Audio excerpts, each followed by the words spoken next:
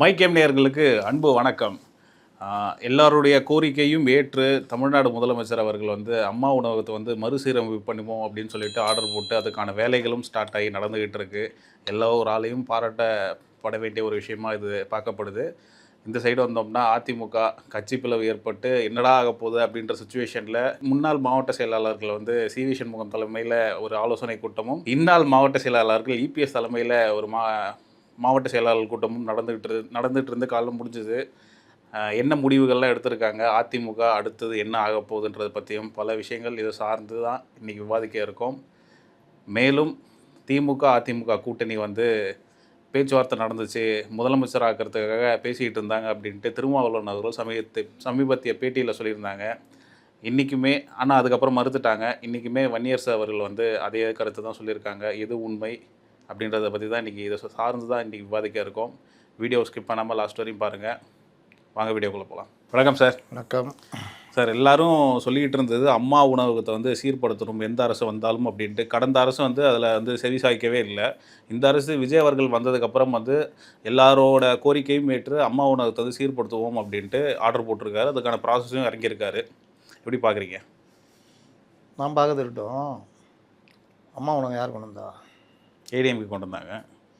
எல்லாருடைய கோரிக்கை என்னது? சீர்படுத்தணும், அதை ஒழுங்காக இன்ஃப்ராஸ்ட்ரக்சர் டெவலப் பண்ணணும், அதை தடை இல்லாமல் ரன் பண்ணணும் அப்படின்றது, உணவுப் பொருட்கள் தரமாக கொடுக்கணும் அப்படின்றது. பொதுமக்கள் கோரிக்கை ஓப்பன் பண்ணுங்க. ஆமாம், அதுதான். இந்த மாதிரி பண்ணால் அதிமுக காரர்களுக்கு இதை ஏற்றுக்கிறாங்களா வெறுக்கிறாங்களா? இதை பண்ணால் ஏற்றுக்கிறாங்க தான். ஏற்றுக்கிறாங்களா? அப்போ நம்மளும் ஏற்றுக்கலாம்ல? எப்பா என்னப்பா டிவி கேட்கணும்னா நான் என்ன பண்ணுறது? ஏன் சார் இப்படிலாம் கேட்குறீங்க? வேறு என்ன, அப்படி தான் வழங்க வைக்கணும்.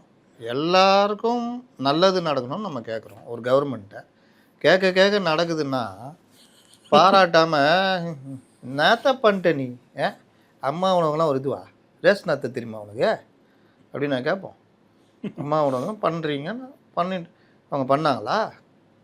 அம்மா உணவகத்தை மிக சிறப்பாக, இதைவிட சிறப்பாக மேலும் ஐயா உணவகத்தையும் நாங்கள் திறப்போம். ஐயோ உணவகம் ஆயிடுச்சு. அம்மா உணவகம் ஐயோ உணவகம் ஆயிடுச்சு. இட்லி இருக்குது, சாம்பார் இல்லை, சட்னி இருக்குது, இது இல்லை, தண்ணி இருக்குது, பாத்திரம் இல்லை அப்படின்னு இந்த வடிவேல் காமெடியில் வர்ற மாதிரி அப்படி மவளை கொஞ்சம் மிளகா பொடியாத வைடி அப்படின்னா மிளகா இருக்குது பொடி இல்லை அப்படின்னு. அந்த மாதிரி அம்மா உணவகத்தை சீரழிச்சிட்டு அந்த அம்மா என்ன சொல்லிச்சு, மேயர் பிரியா லாபம் தரலையா, ஸ்டார் ஹோட்டலில் நடத்துகிறீங்க என்ன மாதிரி பண்ணீங்க பொதுமக்கள். இது அம்மா உணவகத்துடைய சிறப்பை நம்ம எவ்வளோ பேசியிருக்கோம். நீங்கள் அதை அனுபவிக்கிறவனு தாங்க தெரியும், சும்மா இருக்கிறவங்களுக்கு தெரியாது. நல்லா அனுபவிச்சிருக்கேன். பல இளைஞர்களை கேட்டிங்கன்னா சொல்லுவாங்க, மத்தியானம் சாப்பாடு இல்லாமல் சுற்றிட்டு கையில் காசு ஒரு 30 ரூபா 20 ரூபா தான் இருக்குது, எங்கே போய் சாப்பிட முடியும்? ஒன்று ரோட்டோர கடையில் தான் சாப்பிட முடியும். அவங்க தான் அந்த சாப்பாடு சாப்பிட்ருக்கீங்களா? ரோட்டோர கடை சாப்பிட்ருக்கேன். அவ்வளோ நல்லாயிருக்கும். ஆனால் ஹைஜீனிக் என்னடா ஹைஜீனிக்கு போட்டு நெருப்பில் கொதிக்க வச்ச அப்புறம் எல்லாமே இது தான் ஹைஜீன் தான். அப்புறம் ஹைஜீனிக் இல்லை, ஹைவீன். ரெண்டாவது, கம்மி விலையில் ஓரளவுக்கு சாப்பிட முடியும் நம்மள்ட்ட இருக்கிற காசுக்குன்னா அம்மா உணவகம் தான். எவ்வளோ பேர் 2 இட்லி அழகாக 4 இட்லி 5 இட்லி நல்லா சாப்பிட்டு போகலாம். கீரை சாதம் 3 ரூபாய்க்கு தயிர் சாதம், 5 ரூபாய்க்கு சாம்பார் சாதம், கீரை சாதம். நான்லாம் கீரை சாதம் சாப்பிட்ருக்கேன். அவ்வளோ அருமையாக இருக்கும். இட்லி நீங்கள் அவ்வளோ பெருசாக அவ்வளோ இதுவாக இருக்கும். அப்போ அதை ஏழைகளுடைய அட்சய பாத்திரமாக இருந்தது. அது எல்லாத்தையும் தாண்டி நான் ரொம்ப அதிசயித்து பார்த்தது, நான் ஹெல்த் பீட் ரிப்போர்ட்டராக இருக்கும்போது ஜிஹெச்க்கு இதெல்லாம் போகும்பொழுது அந்த ஜிஹெச்சில் எப்போவுமே பார்ப்பேன், ஜனங்க அப்படியே படுத்து கிடக்கும் வராண்டாவில். அந்த இதிலலாம் அவங்களாம் யாருன்னு பார்த்தா இந்த நோயாளிகளுக்காக வந்தவங்க, வெளியூரில் தங்கியிருக்கோம். அந்த ஜனங்க தங்கிறதுக்கு அங்கே படுத்துக்குது, பாத்ரூம் அங்கேயே போய்க்குது. சாப்பாட்டுக்கு அம்மா உணவகம் தான்.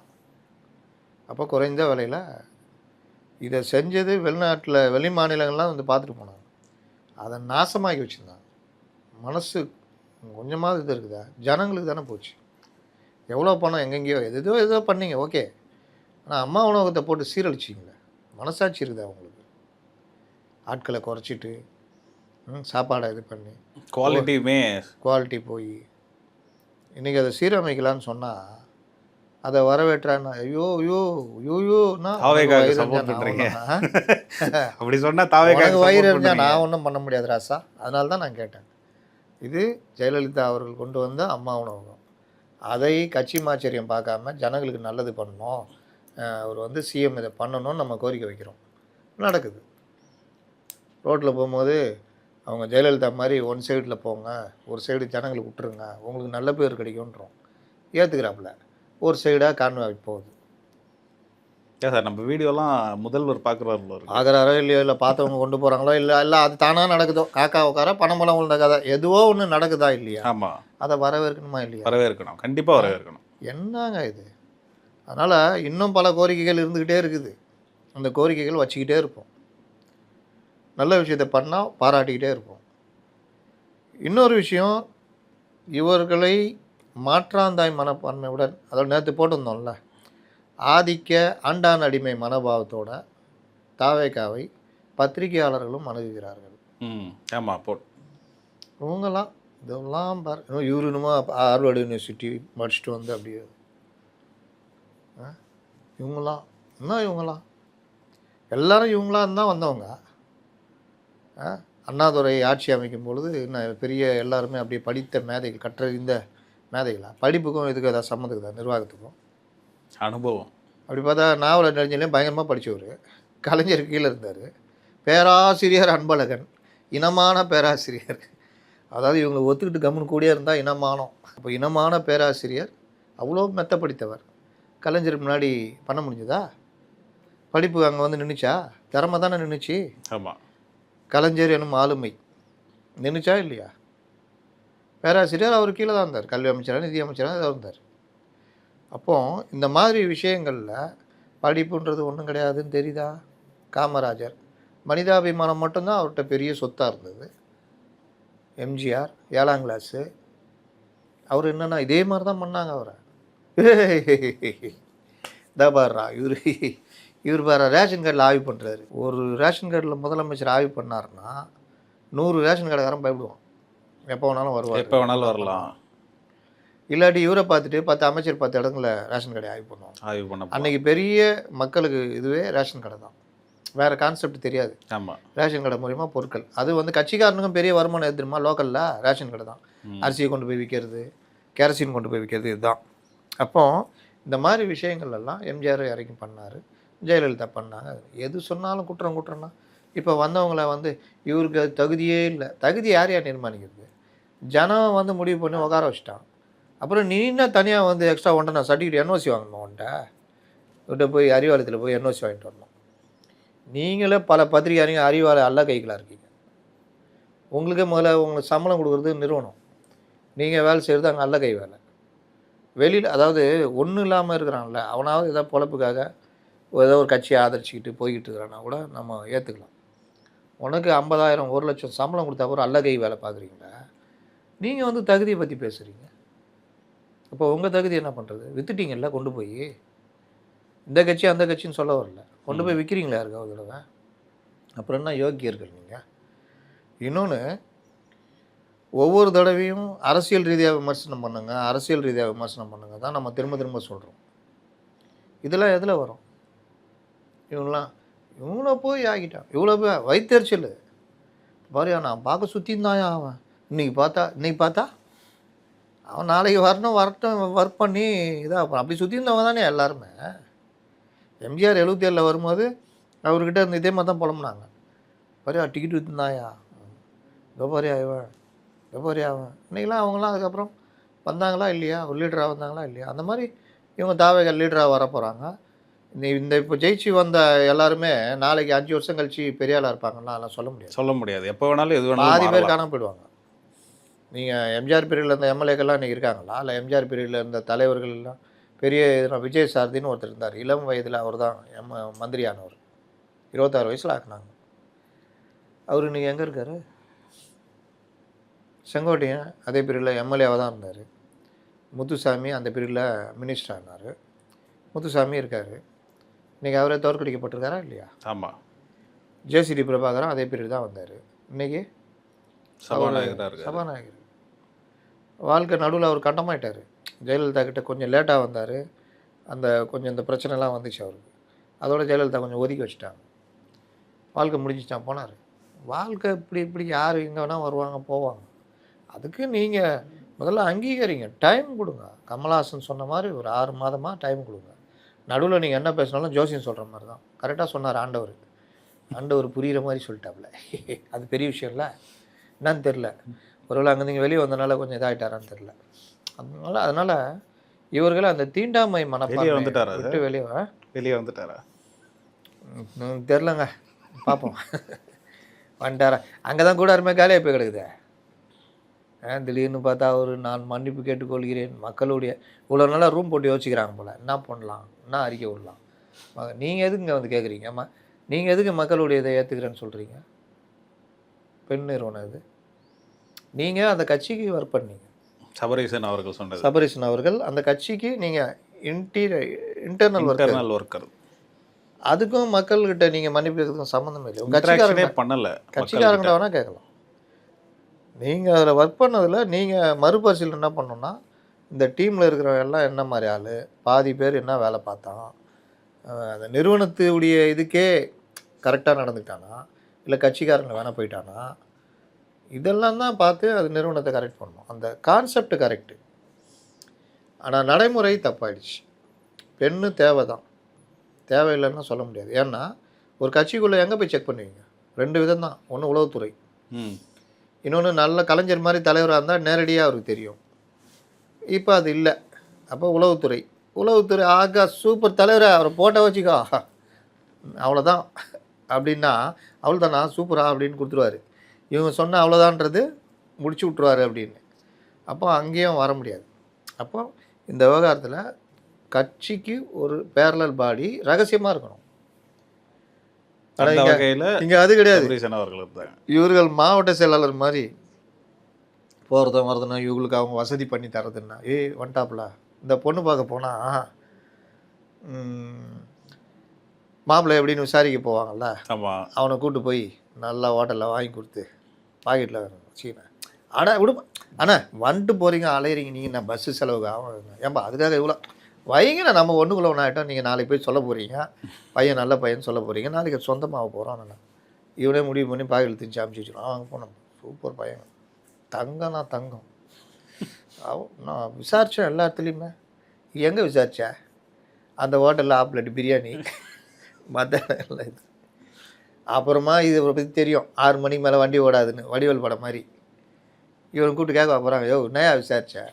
நான் விசாரித்த வரைக்கும் கரெக்டு தான் சொன்னாங்க. இந்த பயப்புள்ள எப்படி இருப்பான்னு யாருங்க, ஒருவேளை உங்கள் பொண்ணை கட்டினா பிறகு சரகடிக்கு போயிருப்பாரோ, இது கொடுக்குற டார்ச்சராக இருக்கும், மாறி இருப்பாரோ அப்படின்னு.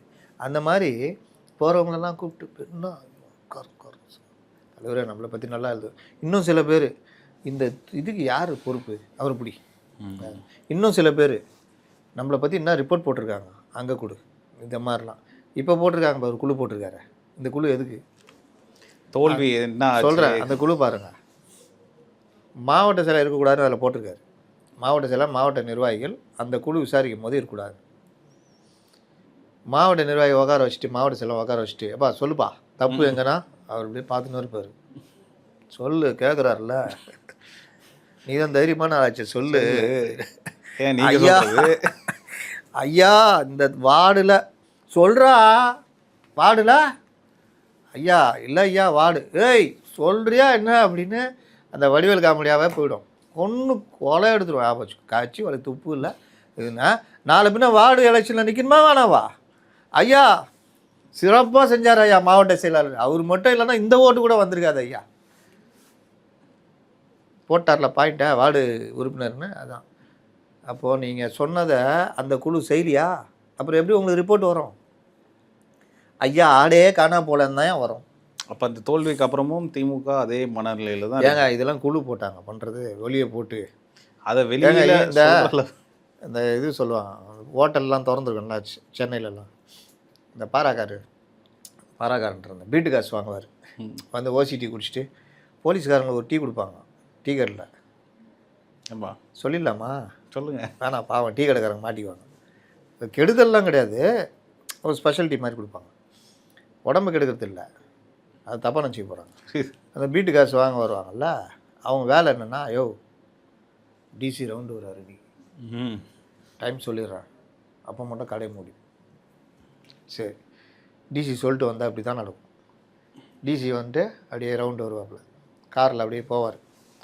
இவங்க அந்த டைமு கரெக்டாக வந்துட்டார், எங்கே தான்ட்டார். அவனை சொல்கிறேன் mike 1, mike 4, mike 1, mike 27, mike 2, mike 3. Mike 3லாம் கமிஷனருங்க நீங்கள். மைக் எம் வந்து நம்மளுது, இது வந்து மைக் 37 அப்படின்னு. என்ன பண்ணுறீங்க ஐயா? அதான் இங்கே தான் ஆகிறேன், அதை பண்ணுகிறேன். வந்துட்டேன் இங்கே ஐயா. ஐயா இங்கே வந்துட்டாப்புல, வரும்போது இங்கே சொல்லிடுவாப்புல பாராக்கார் போய் இந்த வீட்டு காசு வாங்குறது. அது கூட விசுவாசம் காட்டலன்னா அர்த்தம் இருக்குது. வந்துட்டார் கிட்ட வந்துட்டார், மூறா கரெக்டாக அந்த 2 நிமிஷம் இருக்குதான். டீ குடிக்கிறவன் எல்லாம் உள்ளே போ சட்டராக இறக்கி விட்ருவாங்க. கடை முடிகிற மாதிரி இருக்கும். அப்படியே டிசி அப்படியே போவார். அப்படியே டிசியாக இருக்கட்டும், ஏசியாக இருக்கட்டும், இப்படிப்பா கடைலாம் முடிக்குது. போனோன்னா தூக்கி விட்ருவாங்க. இதுதான் நடக்கும். அந்த மாதிரி நீங்கள் சொல்லிட்டு அனுப்புவீங்க குழுவை. அவனா சொல்லுவான் குழு வருது, இவனே சொல்லுவான் குழுவில் நான் தான் வர்றேன் பார்த்து. அவனே மாவட்டம் கூப்பிட்டு போய் ரூம் போட்டு நல்லா ஐயா என்ன சாப்பிடுவீங்க, சைனீஸ் இது சொல்லவா இல்லை மட்டனே சொல்லுங்கள், மட்டனு வேறு டிக்கா கிக்கா அந்த இது பார்த்து கொஞ்சம் நம்மளை பற்றி ரிப்போர்ட் போடுங்க, தலைவர்கிட்ட நீங்கள் தான் போடணும். நீங்கள் ரகசியமாக குழு அமைச்சு என்ன ரகசியமாக இல்லை, நீங்கள் வர வச்சு உங்களுடன் ஸ்டாலினா உடன்பிறப்பே வா, தோல்வி அடைந்தன்னு மேலே போட்டுங்க, தோல்வி அடைந்த உடன்பிறப்பே வா அப்படின்னு கூப்பிட்டு உட்கார வச்சு கேளுங்க. இதை விட வேறு என்ன வேலை இருக்குது? இல்லை சுற்றுப்பயணம் போங்க, இன்னும் இதாகும். இந்த மாதிரி ஆமாம் 2 மாவட்டம் இணைஞ்சி தலைவர் சுற்றுப்பயணம் கலைஞர் பண்ணுவார், உடனே ஸ்டார்ட் பண்ணுவார். மற்றவங்க கூப்பிட்டு வேலை விட்டுருவார். இதை பண்ணு, நீ அதை பண்ணு, நீ நீட்டுக்கு எதிராக போராடு, நீ என்ன பண்ணுற ஐயா இது பண்ணு, அதுக்கு எதிராக போராடு போ, நீ இது பண்ணு அது பண்ணு, அப்படியெல்லாம் பரபரப்பாக இருப்பான். அப்படியே காமிச்சினே இருப்பாப்புல. அப்புறம் சுற்றுப்பயணம் அங்கே போனால் என்னையா பிரச்சனை ஐயா அது மாதிரி அவன் கூட தொடர்பு வச்சுருந்தான். ஓ சரி அதுக்கு முன்னாடியே அவருக்கு வந்துட்டுருக்கோம். ஏன்னா கட்சிக்காரன் ஃபோன் பண்ணுறதா அவர் எடுத்து பேசுவார். இங்கே மாதிரியா எங்கே கதவுகள் அடைக்கப்படுகிறதோ அங்கே உண்மைகள் வெளியே வராது. குழந்தைகள்கிட்ட கூட காது கொடுத்து பேசுங்கன்றாங்க உளவியல் நிபுணர்கள். இந்தம்மா ஸ்கூல் போனியே என்ன ஆச்சு அது இதுன்னு கேட்டால் அது வந்து சொல்ல வரோம்ல, எங்கள் ஸ்கூலில் இந்த இந்த பஸ் ஓட்டுற டிரைவர் இருக்கிறார்ல, என்னை அடிக்கடி கண்ணத்தை இழுத்து கிள்றாரு அது இதுன்னு. அப்போ கொஞ்சம் உஷாராகணும். சும்மா அதுன்னா அது அப்புறம் அவர் வேறு ஏதாவது மொலாப்ஸ் பண்ணால் கூட சொல்லாது. உளவியல் நிபுணர்கள் சொல்கிறது அதுதான். குழந்தைகள் பேச விடுங்க. எந்த அளவுக்கு டைம் ஸ்பெண்ட் பண்ணுறீங்களோ அந்த அளவுக்கு. ரெண்டாவது அது ஒரு பிரச்சனையை சொல்லிச்சுன்னா அது மேலே தூக்கி போடாதீங்க. சனியை நான் என்ன பண்ணி வச்சுருக்கேன் நீ முன்னா அப்படின்னீங்கன்னா அதை சொல்லவே சொல்லாது. அதுக்கு துணையாக இருங்க. அப்படி இல்லைம்மா நீ இது பண்ணக்கூடாது, ஃப்ரெண்டாக இருங்க. ஆம்பளை குழந்தை இருந்தாலும் பொம்பளை குழந்தை இருந்தாலும் அதே மாதிரி 2 பேர் அண்ணன் தங்கச்சியாக இருந்தால் கூட அவங்க பிரச்சனைனா முதல்ல பிரச்சனையை கேட்டு இது பண்ணணும். வேறு முடிவு எடுத்தால் அது இப்படியே தான் அப்படியே வளரும், அந்த பகை வளரும். அண்ணன் தான்றா தங்கச்சி தானே இப்படிலாம் தான் சொல்லி வளர்க்கணும். அப்போ தான் அந்த குழந்தைகள் அந்த பாசத்தோடு வளரும். அப்பப்போ உளவியலும் நம்ம சொல்ல வேண்டியிருக்குது. உளவியல் சார்ந்தது தானே உலகம்.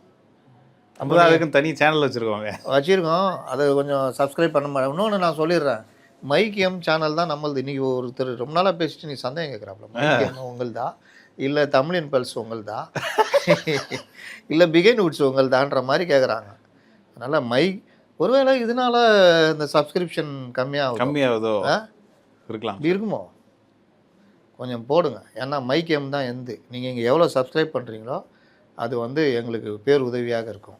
ஒருத்தர் சொல்கிறார் ஒவ்வொரு தடையும் பார்க்குறாரு என்ன சொன்னால் போடுவாங்க சப்ஸ்கிரைப் பண்ணுவாங்கன்னு கேட்குறாருன்னு. அதனால் பார்க்க தான் செய்ய முடியும்.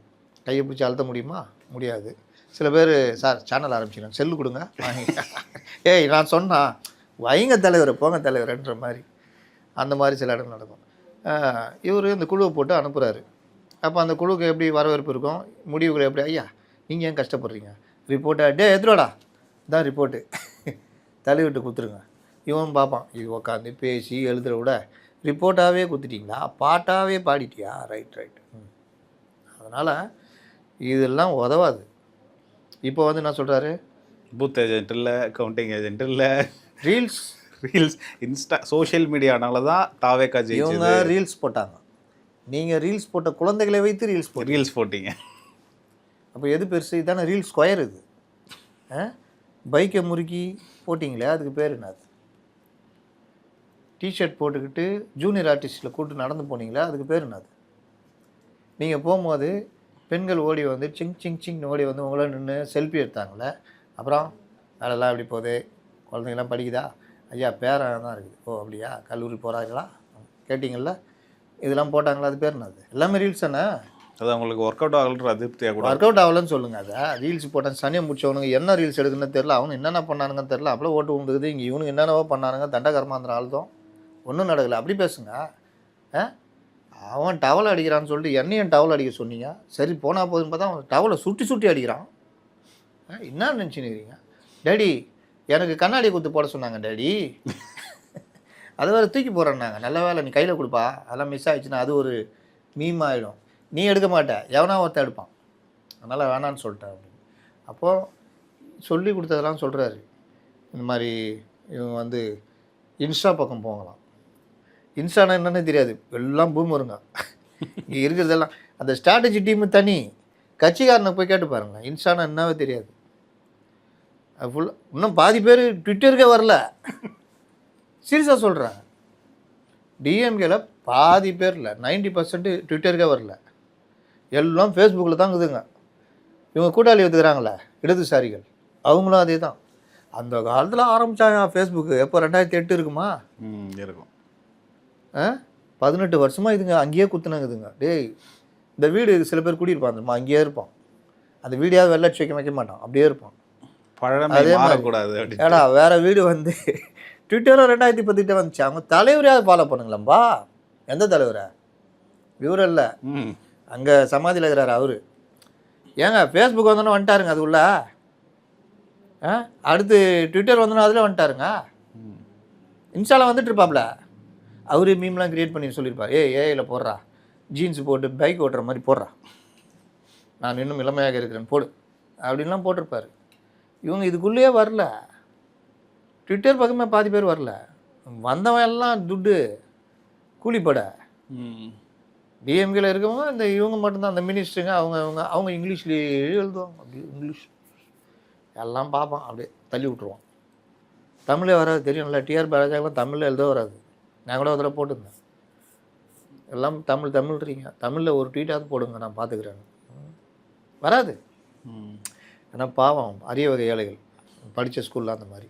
அப்போது இந்த மாதிரி எதுவுமே இல்லாமல் நீங்கள் மாடர்னுக்கு மாறாமல் இப்படி ஆயிடும். இன்னொன்று சொல்லிக்கிறார் தெரியுமா, 2 அமாவாசை தாங்காதா? ஆமாம், 2 அமாவாசை அப்படி சொன்னாரா? சொன்னாங்க. ஏங்க எப்பவுமே சொல்லுவாங்க, நான் சும்மா போட்டு விட்டாங்க அப்படியே சொன்னார் சார். ஆர்எஸ் பாரதி சொன்னார். அவருக்கு அமாவாசை ஆர்எஸ் பாரதின்னு சொல்லிடலாம், அவர் எப்பவுமே தான் சொல்லுவார். தாவேக்கு ஆரம்பித்தப்போ சொன்னார் 2 அமாவாசை தாங்காது. எத்தனை அமாவாசை கடந்துச்சு, உங்கள் வாழ்வு அமாவாசை ஆகிவிட்டது. இவர் சொன்னார் 6 மாதத்தில் இந்த ஆட்சி கலைந்து விடும், யாரும் பயந்து விடாதீர்கள். எப்படி கலையும்? ஆமாம் சொல்லியிருந்தார். எப்படி கலையும்? 108 பேர் அவங்கள்ட்ட இருக்காங்க, வெளியிலேருந்து உங்க கூட எல்லாரும் ரெடியாக இருங்க, எல்லாரும் ரெடியாக இருங்க. ரெடியாக இருப்பாங்க. ரெடியாக இருந்தால் பார்த்தமே தலைவரே அப்படின்வாங்க. சீட்டு எல்லாம் யாவனுக்கோ குத்த, நாங்கள் ரெடியாக தான் இருக்கிறோம், தலைவர் போனதுலேருந்து ரெடியாக தான் இருக்கிறோம்.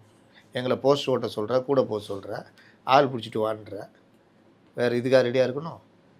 நீங்கள் வந்து மேலே இருந்து ஆளை போட்டு கட்சியில் வெளி கட்சியிலேருந்து வந்தவங்களாம் சீட்டை கொடுத்து நல்லா இருக்கிறீங்க, ரெடியாக இருக்கணுமா? எப்படிங்க கலையும்? வெளியிலேருந்து அதிமுக ஆதரவு கொடுக்குது, காங்கிரஸ் கொடுக்குது, உங்கள் கூட்டணி எல்லாரும் அங்கே இருக்கிறாங்க. இப்போ தேர்தல்னு உள்ளாட்சின்னு வைக்கிறாரு வச்சுக்கிங்க, ஒரு 6 மாதம் பொறுத்து உள்ளாட்சின்னு வைக்கிறாரு. இங்கேருந்து யாராவது அங்கே போவாங்களா? இப்போ வன்னியரசுக்கு அமைச்சர் பதவி கொடுத்துட்டாங்க, போவாரா? பிசிக்கு அங்கே போமா? இல்லை, போகாது. பார்லிமெண்ட்டில் 3 தொகுதி, ஒரு பொது தொகுதி, போவாங்களா? தலைவரை நான் இத்தனை வருஷம் இருந்தேன், எவ்வளோ விசுவாசமாக இருந்தேன், ஒரு பொது தொகுதி கேட்டாங்க, தரமாட்டேன்ட்டாங்க, வந்தோடனே கொடுக்குறீங்க. இடதுசாரிகளுக்கு தொகுதி, எல்லாருக்கும் 3 ஓடு, காங்கிரஸ் என்ன அப்படியே உட்காந்துக்குவாங்க. உள்ளாட்சியிலே அதே மாதிரி. அதனால் தனிமைப்பட்டு போயிருக்காங்க. தனிமைப்பட்டாலும் பரவாயில்லை, தனியாகவே நிற்போம், ஒரு குரல் புதுசாக ஒலிக்குதே, கூட்டணியே வேணாம் தனியாகவே நிற்போம். கனிமொழி அவர்கள் டெல்லியிலே இருந்துட்டு அவங்களுக்கு தமிழ்நாட்டு அரசியல் தெரியலையா, இல்லை ஏன் இப்படி சொன்னாங்கன்னு எனக்கு புரியல, விரக்தியில் சொன்னாங்க. இனியும் கூட்டணி நமக்கு தேவையா? யாரை நம்பி நான் பொறந்தேன் போங்கடா போங்க. எங்கூர் ராஜாவில் சிவாஜி பாடுவார், என் காலம் வெல்லும் வென்ற பின்னே வாங்கடா வா. காலம் எங்கே வெல்லும்? அந்த படம் ஃபுல்லாக அவர் வெல்லவே வெல்ல. நானும் பார்த்துனேன் இந்த படம் ஃபுல்லாகவே. ஜெயிச்சிருவாருன்னு கடைசி வரைக்கும் வண்டியில் பாரு, துட்டு சாப்பாரு, ரெண்டாச்சு இன்னொரு பையனும் சிவாஜி இருப்பாப்புல. கடைசியில் திட்டியே திட்டி விட்ருவாங்க, நீ என்ன அப்படி இருக்கிற அப்படின்னு. கடைசி வரைக்கும் எங்கூர் ராஜா சிவாஜி ஜெயிக்கவே மாட்டார். அந்த மாதிரிலாம் இருக்குது இந்த கதை. போங்கடா போங்க தான் எல்லாம் போயிட்டோம், போ நல்லா இருக்கிறேன் நல்லா இரு அவ்வளோதான். இங்கே கூட்டணியும் இல்லாமல் 24% இன்னும் எங்கே ஜெயிச்சு? கலைஞராலே முடியல. நீங்கள் எங்கே இன்னும் பெரிய சண்டை ஆகிடும். 10 தோல்வி பழனிசாமி நீங்களா, 10 தோல்விக்கு அப்புறம் அவர் நின்றுட்டு இருந்தார். கிட்டத்தட்ட அப்படிதானே சார் இருக்கு ஒத்த தோல்வி சூழ்நிலையுமே. கிட்டத்தட்ட சூழ்நிலையுமே அப்படிதானே இருக்கு எதிர்கால திமுகன்னு பார்க்கும்போது சொல்கிறேன். இல்லை 10 தோல்வின்னாங்களே, 10 தோல்விக்கு அவர் நின்னார்ல. ஒத்த தோல்விக்குன்னா நீங்கள் செதறீங்க. ஒருத்தர் நான் அமெரிக்காவுக்கே போயிடு சிவாஜின்ற மாதிரி வெளியே சொல்கிற மாதிரி அவங்க கூட இருக்கவங்கலாம் போயிட்டாங்களே, அப்படின்ற பட்சத்தில் யார் கூட இருக்கிறவங்களும் போயிட்டாங்க. திமுக கூட்டணி சொல்கிறேன், தாவேகா சைடு வந்துட்டாங்கல்ல, அதுக்காக சொல்கிறேன். ஆமாம், அதனால தான் அந்த அடுத்த கட்ட நடவடிக்கை இருக்கும்னு நான் சொல்கிறேன். விரக்தியா? விரக்தி. யாருக்கு விரக்தி? திமுகவுக்கு. ஆமாம், அதை தான் சொல்கிறேன். அதுக்கு தான் அவர் சொல்கிறாரு, கவலையப்படாதீங்க, 6 மாதத்தில் ஆட்சி கவுந்துடும். 6 மாதத்தில் ஆட்சியே கவிழ்ட்டோம், மறுபடியும் தேர்தல் வச்சு ஆட்சிப்பா. இங்கே போய் ஓட்டினுக்குதே, ஏதாவது வெளியே வருமா? நான் வரமாட்டேன் சொன்னாரே. மக்களை பற்றி சொல்கிறாரு உதயநிதி. கிளுகிழுப்பக்காரன்ட்ட குழந்தை போயிட்டு வராதுன்னு. கிளுகிழுப்பக்காரன் இப்போ விஜய் தான். எல்லா குழந்தையும் இப்போ அங்கே போயிடுச்சு. காங்கிரஸ் குழந்தை, விசிகா குழந்தை, இடதுசாரிகள் குழந்தை.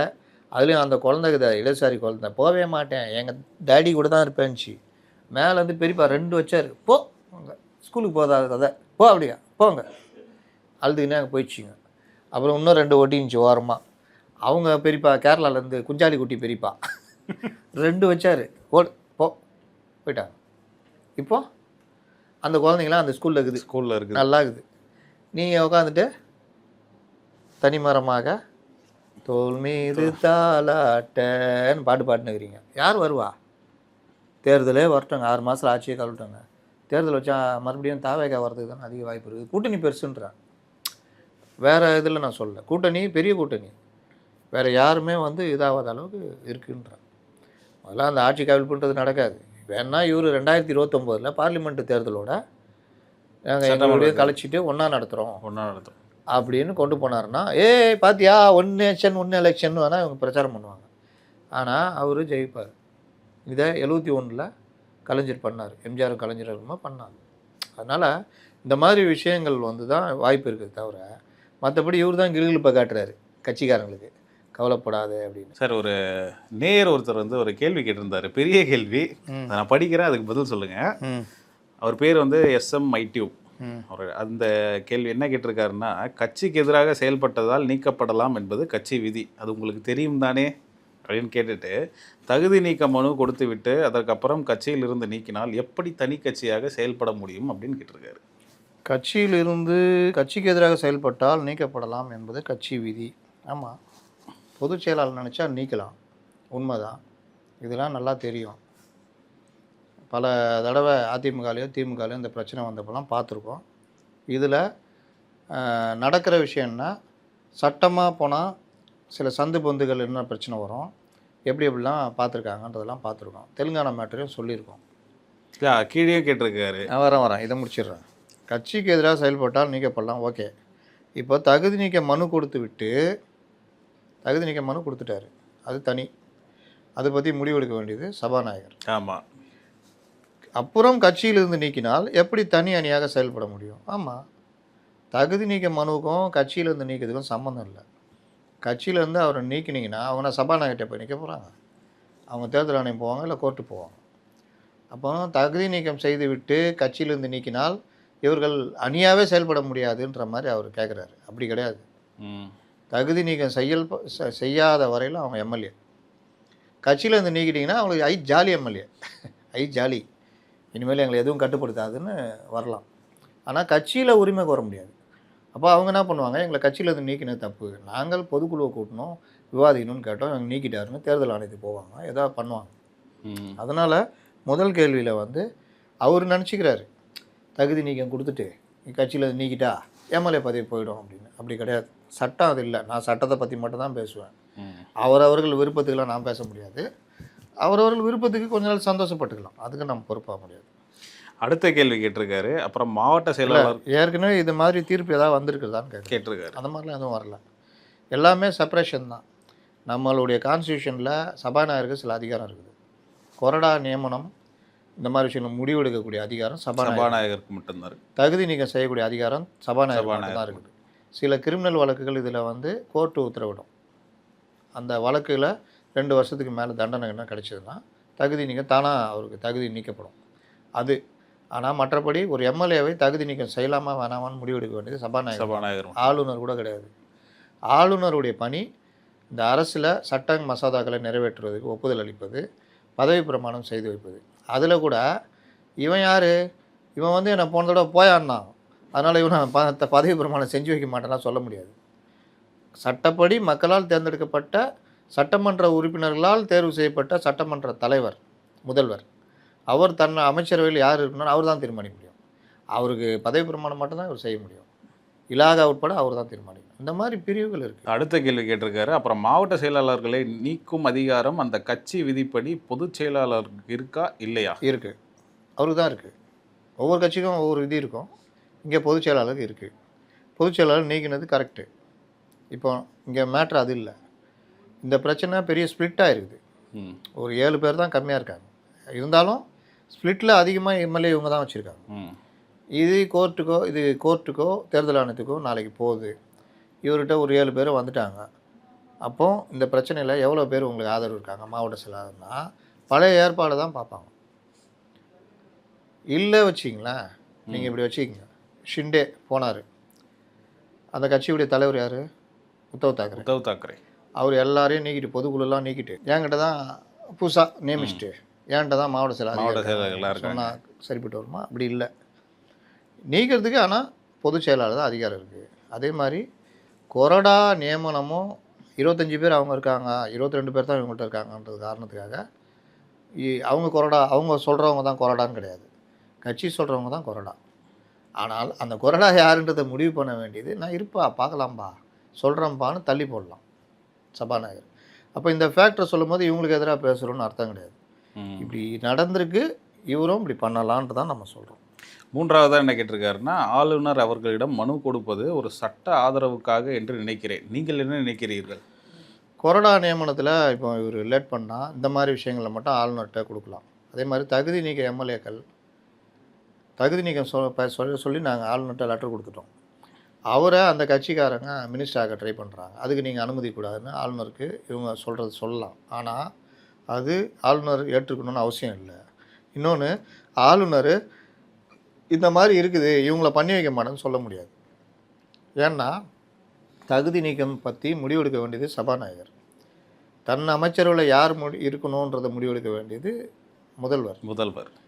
அதனால் இந்த பிரச்சனையை தீர்த்துட்டு வாங்கன்னெலாம் அவர் கவர்னர் சொல்ல முடியாது. எனக்கு தெரிஞ்சு இப்படி தான் இருக்குது. ஏன்னா ஒவ்வொருத்தருக்கும் ஒவ்வொரு அதிகாரம் இருக்குது. நீங்கள் பிரச்சனைலாம் தீர்த்துட்டு வாங்க அப்படிலாம் சொல்ல முடியாது. அதுக்கு அடுத்தது என்ன சொல்கிறாருன்னா, அடுத்து வருகிற உள்ளாட்சி தேர்தலில் அவன் நீங்கள் எப்போதும் அதை சொல்லுங்கள், அதையும் விட்டுறீங்க. நீங்கள் எப்போதும் கம்பு சுற்றுவீர்களே, தொண்டர்கள் யார் பக்கம் இருக்கிறார்கள் என்று ஏன் சுத்தவில்லை இந்த விஷயத்தில் நான் ஏன் சுற்றணும்? தொண்டர்கள் யார் பக்கம் இருக்கிறாங்கன்னு இப்போ வரைக்கும் தெரியாது. தொண்டர்களில் ரொம்ப பேர் தாவேக ஆதரிக்கலான்ற மனநிலைக்கு போகிறாங்களே, அதை பற்றி பேசலாமா? கீழே கூடாரம் காலி ஆகிட்டே இருக்குது. இதை பார்த்து வெறுத்து போய் ப்ளஸ் இனி எல்லாருமே அரசியலுக்கு எதுக்கு வராங்க? முதலாளிக்கு அரசியல் கட்சி பதவிக்கு ஏதாவது ஒன்று நடக்கும்.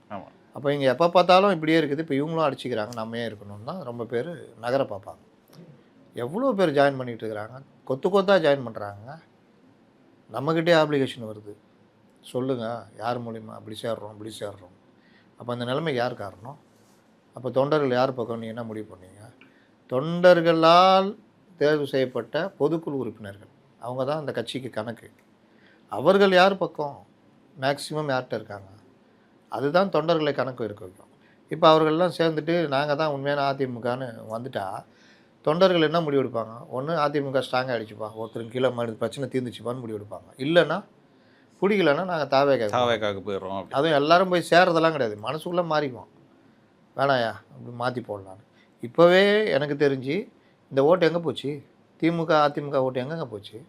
இவங்களுக்கு உள்ள ஓட்டு தானே அவர் எடுத்திருக்காரு. ஆமாம். அப்போ தொண்டர்கள் யார் பக்கம்? தாவேக்கா பக்கம் தாவேக்கா வச்சுக்கலாமா? என்ன சொல்கிறது? அடுத்து என்ன சொல்லியிருக்காருன்னா, அடுத்த வர உள்ளாட்சி தேர்தலில் அவன் போட்டியிட விரும்புவானா, இல்லை கட்சியை அழியட்டும்னு விரும்புவானா அப்படின்னு கேட்டிருக்காரு. இவர் சொல்கிற தொண்டர்கள் அப்படியே வர மாட்டாங்கல்ல. ஓரளவு வட்ட செயலாளர் அப்படி தான் இருப்பான். அவன் போட்டியிட விரும்புகிறான்னா எப்படி விரும்புவான்? தனியாக இருக்கிற அதிமுக, தாவேகா கூட இருக்கிற அதிமுக, யார் கூட போனால் ஜெயிக்க முடியும் அப்படின்னு ஒரு எண்ணம் வரும்ல. ஆமா. பொதுவாக கட்சிக்காரங்க கேட்டாங்கம்மா, இங்கே ஏடிஎம்கே இது இருக்குது, டிஎம்கேவும் இதுவாக இருக்குது, தாவேகா தான் நீ பவராக இருக்குது, அதிமுகவும் அங்கே தான் இருக்குது. அங்கே ஒரு கவுன்சிலர் சீட்டு வாங்கிட்டோம் வச்சுக்கோ, வெற்றி நிச்சயம். சென்னை மாநகராட்சி 200 வார்டுங்க, இந்த கூட்டணி நிற்கிது, தாவேகா, அதிமுக, காங்கிரஸ், இந்த கூட்டணி அப்படியே நிற்கிது. நான் இல்லைப்பா, நான் அந்த இதில் தான் போய் நிற்பேன் அப்படின்னு பண்ண முடியுமா? விரும்புவானா? இதில் இன்னொரு விஷயம் இருக்குங்க. உள்ளாட்சி தேர்தல் வருதுன்னா அதுக்குள்ளே இந்த பிரச்சனை முடிஞ்சு ரெட்டையில் யார் கையில் இருக்கோ அதையும் வச்சு முடிவு பண்ணுவாங்க தொண்டர்கள். அதனால் கட்சி யார் கையில் இருக்குது இதுன்னு முதல்ல இவ்வளோ பேசுகிற ஆட்கள் முதல்ல ஒற்றுமைக்கு என்னான்றத வழியை பாருங்கள். ஒற்றுமை இல்லையே, சண்டை, ஈகோ சண்டைலாம் போய்கிட்டு இருக்குது. சண்டை எங்கே வரும்னு பார்த்தோமோ அங்கே சண்டை வரல, கிளுகிழுப்பு அதுன்னு கதை பேசினுக்கிறாங்க, இங்கே உட்காந்து சண்டை போட்டுனுக்கிறாங்க. இதுதான் பிரச்சனை. அடுத்து என்ன சொல்லியிருக்காங்கன்னா, தாவேகா அமைச்சரவையில் இடம் கொடுத்தால் பொதுமக்கள் தாவேகாவை ஏற்பார்களா? தோத்தவனுக்கு தான் தெரியும் ஏன் தோத்தோம்னு, அதை அவன்கிட்ட தான் முதலில் கேட்கணும். அதெல்லாம் எல்லா முதலாளித்துவ கட்சியிலும் கேட்டுனாக்குறாங்க தொண்டர்களை கூப்பிட்டு, என்னப்பா சேர்த்துக்கலாமா அப்படின்னு. கட்சி தலைமை எடுக்கிற முடிவு தான் எல்லாரும் கட்டுப்படணுன்ற மாதிரி போயிடுவாங்க. இப்போ அதிமுக அமைச்சரில் தாவேகா அமைச்சரில் இடம் கொடுத்தா தாவேகாக்கு என்ன லாபம்? இந்த மாதிரி இவர் விசிகா இந்த மாதிரி துள்ளுற ஆட்கள் காலை 4 மணிக்கு வா, தண்டல்காரங்க அதை சொன்னேன்ல 2 மணிக்கு வா, 2 மணிக்கு வந்தால் எத்தனை மணிக்கு உனக்கு ஆதரவு கொடுக்குறேன்னு நான் வந்து 2 மணிக்கு சொல்கிறேன். அவர் 2 மணிக்கு வந்தால் 4 மணிக்கு நான் கண்டிப்பாக சொல்கிறேன். இப்படி தானே இழுத்தடிச்சிருப்பாங்க. அடித்தாங்களா இல்லையா? ஆமாம். அப்போ அந்த இது எல்லாம் காலி ஆகிடும்ல ஒரு பெரிய இது ஆதரவு கொடுக்கும்போது.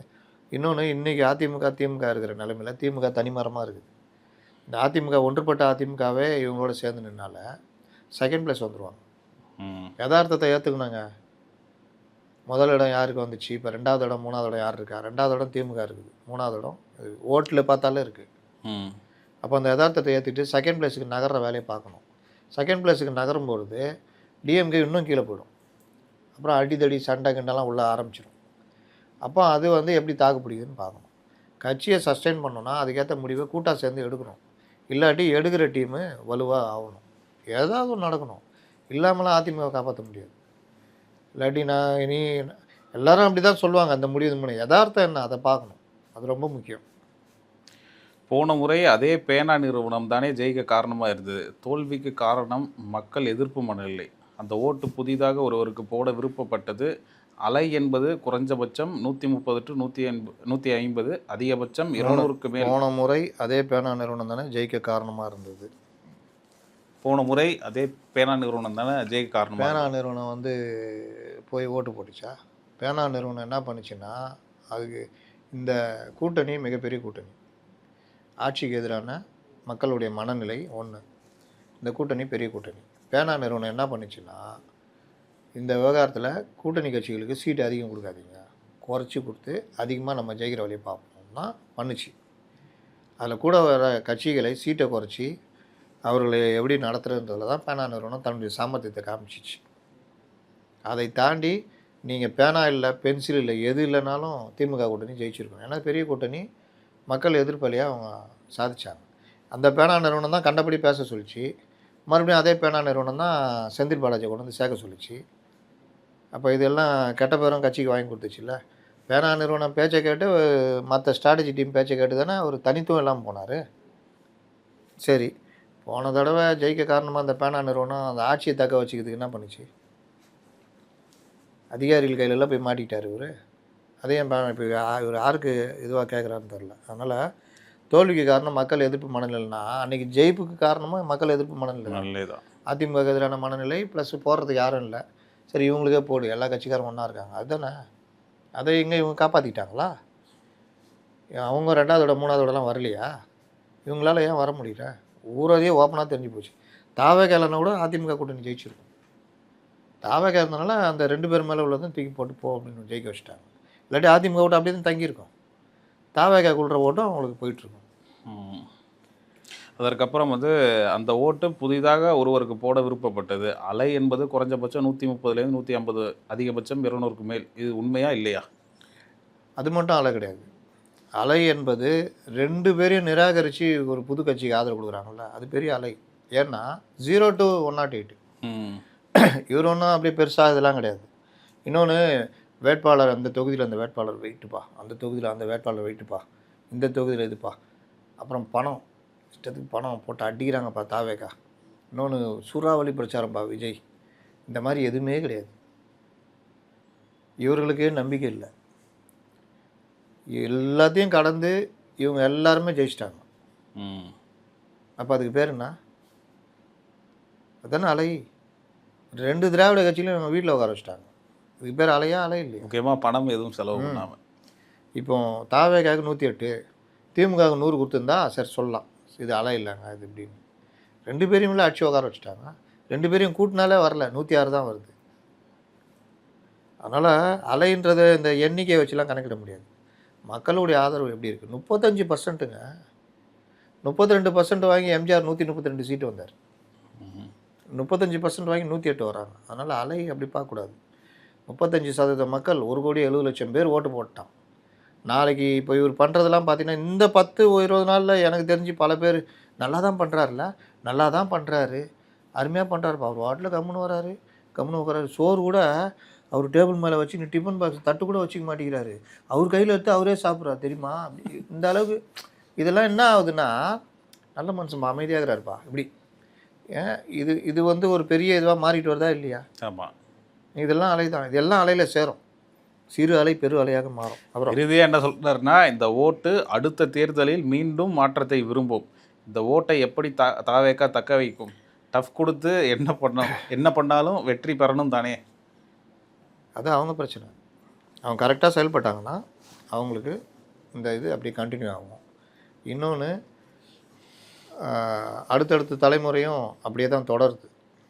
புதிதாக யாரும் இவருக்கு இந்த பெரிய லெவலில் இருக்க யாரும் வாக்களிக்கலை. பெண்கள், இளைஞர்கள் இந்த மாதிரி வாக்குகள் தான். 1.25 கோடி நியூ ஜென்ரேஷனு ப்ளஸ் ஒரு 40 வயசுக்குள்ளே உள்ளவங்க. அவங்கெல்லாம் பேரை கெடுத்துக்கிற மாதிரி இவர் பண்ணாருன்னா அப்போ அது தானாக நடக்கும். அதனால நம்ம இப்போ உட்காந்து சர்டிஃபிகேட்லாம் கொடுத்துட்டு முடியாது. நீங்கள் கவர்மெண்ட் எப்படி நடத்துகிறீங்களோ அதை பொறுத்து தான் அடுத்து அது 140 ஆகுதா இல்லை 70க்குள்ளே குறையுதா, எதிர்கட்சியாக உட்காடுறாங்களா நம்ம முடிவு பண்ண முடியாது.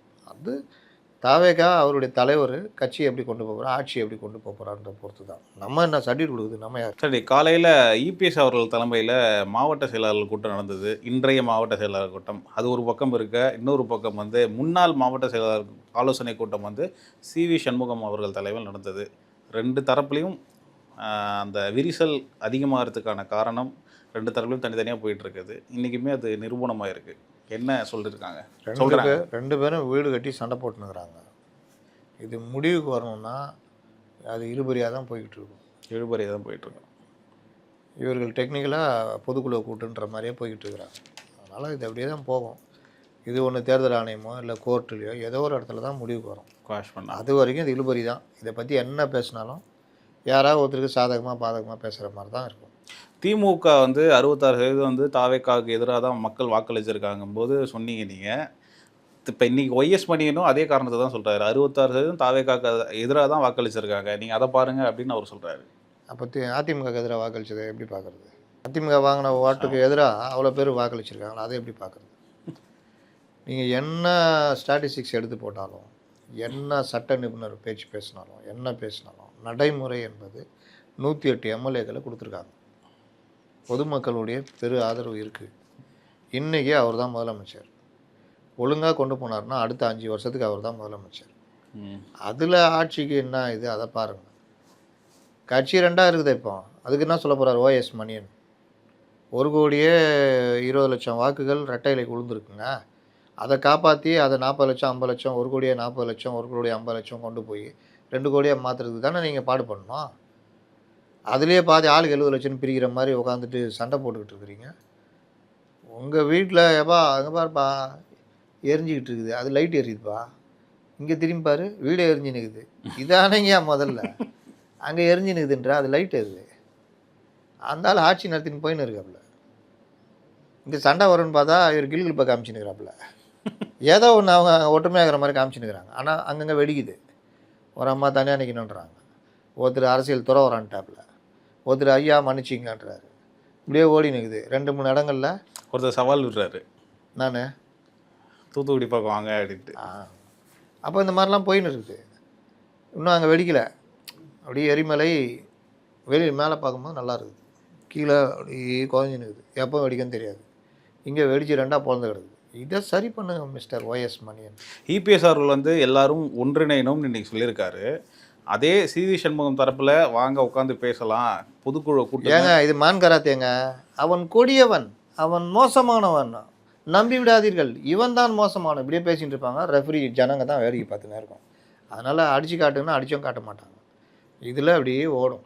அதான் சொன்னல, இந்த பிரச்சனை தேர்தல் ஆணையம் அல்லது இது நீதிமன்றம் எங்கேயாவது ஒரு இடத்துல தான் தீர்க்கப்படும். சரி சார், இப்போ இந்த கட்சிக்குள்ளேயே 2ஆக பிளவுன்னும் போது இந்த கட்சிக்குள்ளேயே ஒரு மத்தியஸ்தம் பண்ணணும்ல.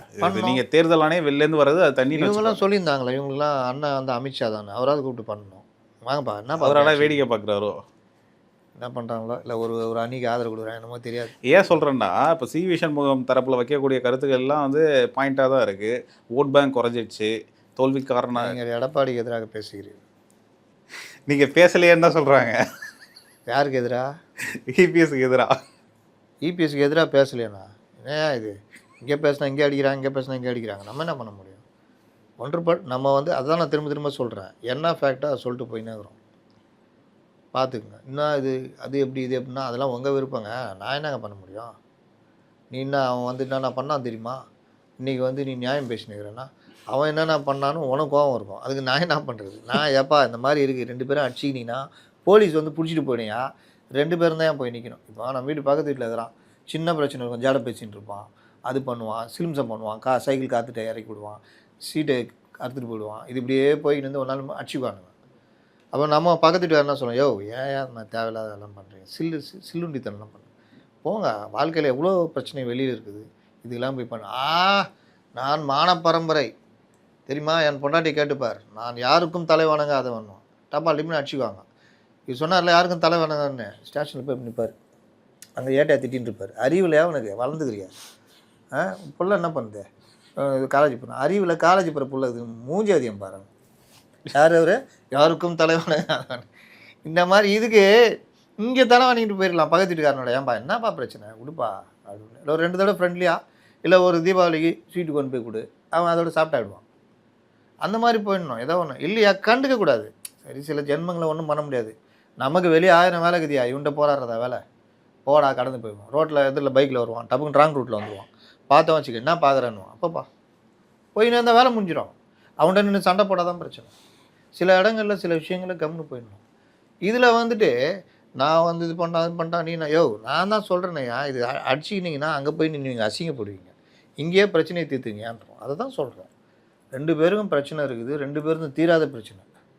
எல்லோரும் ஒன்றா வாங்கன்னு அவரும் சொல்கிறாரு, எங்களை அழைத்து பேசணும் இவரும் சொல்கிறாரு. ஒன்றா வாங்கன்னு சொல்கிறாரு, பட் ஆனால் இவங்களை கூப்பிட மாட்டேங்கிறாரு. அதை தான் சொல்ல வரேன். எங்களை அழைத்து பேசணும் இவர் சொல்கிறாரு, எல்லோரும் ஒன்றா வாங்கன்னு அவர் சொல்கிறாரு. அப்படின்னா என்ன அர்த்தம்?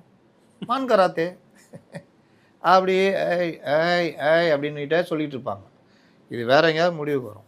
சரி சார், இப்போ தாவேகா சைடு வந்து மீதம் இருக்கக்கூடிய அமைச்சரவை பட்டியல் வந்து இந்த வாரத்தில் இறுதியாகுது அப்படின்னு ஒரு தகவல் வந்திருக்கு. அதில் அதிமுகவுக்கு வந்து அமைச்சர் பதவி கொடுக்குறாங்கன்னு வச்சுப்போம். அவங்க வந்து அதிமுக சார்பாக இருப்பாங்களா, இல்லை அது எப்படி இருக்கும்?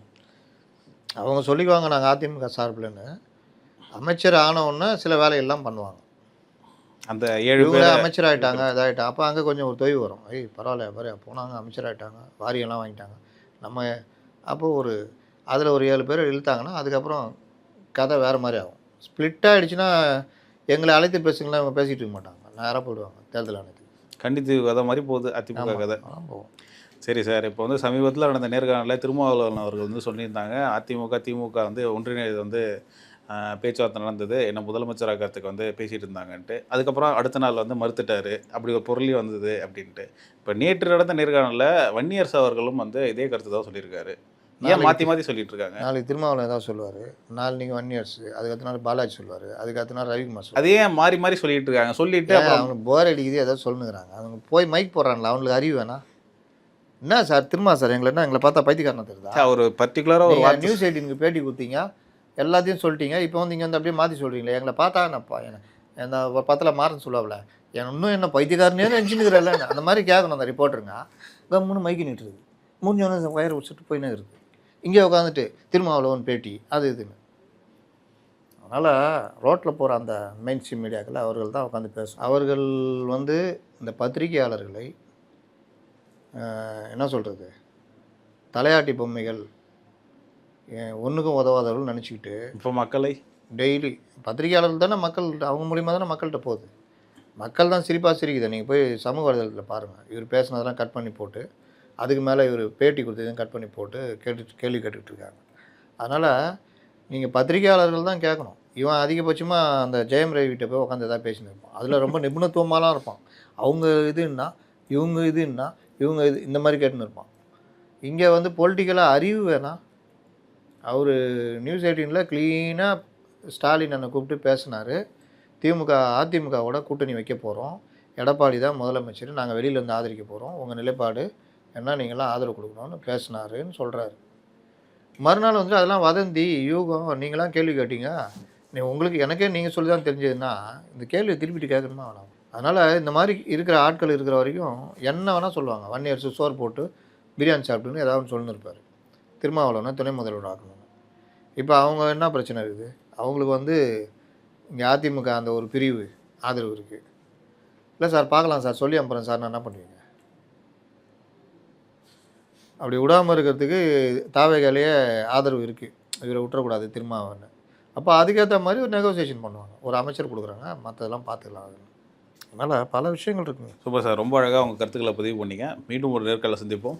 நன்றி சார். இந்த வீடியோ உங்களுக்கு பிடிச்சிருக்குன்னு நம்புகிறோம். மேலும் இந்த மாதிரி பல விஷயங்களை தெரிஞ்சுக்க மைக்கம் சேனலை சப்ஸ்கிரைப் பண்ணுங்கள், ஹை பட்டன் கிளிக் பண்ணி எங்களுக்கு சப்போர்ட் பண்ணுங்கள். புதுசாக தொடங்கி இருக்க மைக்கம் என்டர்டெயின்மெண்ட் சேனலுக்கும் உங்கள் ஆதரவை தொடர்ந்து கொடுங்க. மீண்டும் ஒரு நேர்காணலை சந்திப்போம். நன்றி.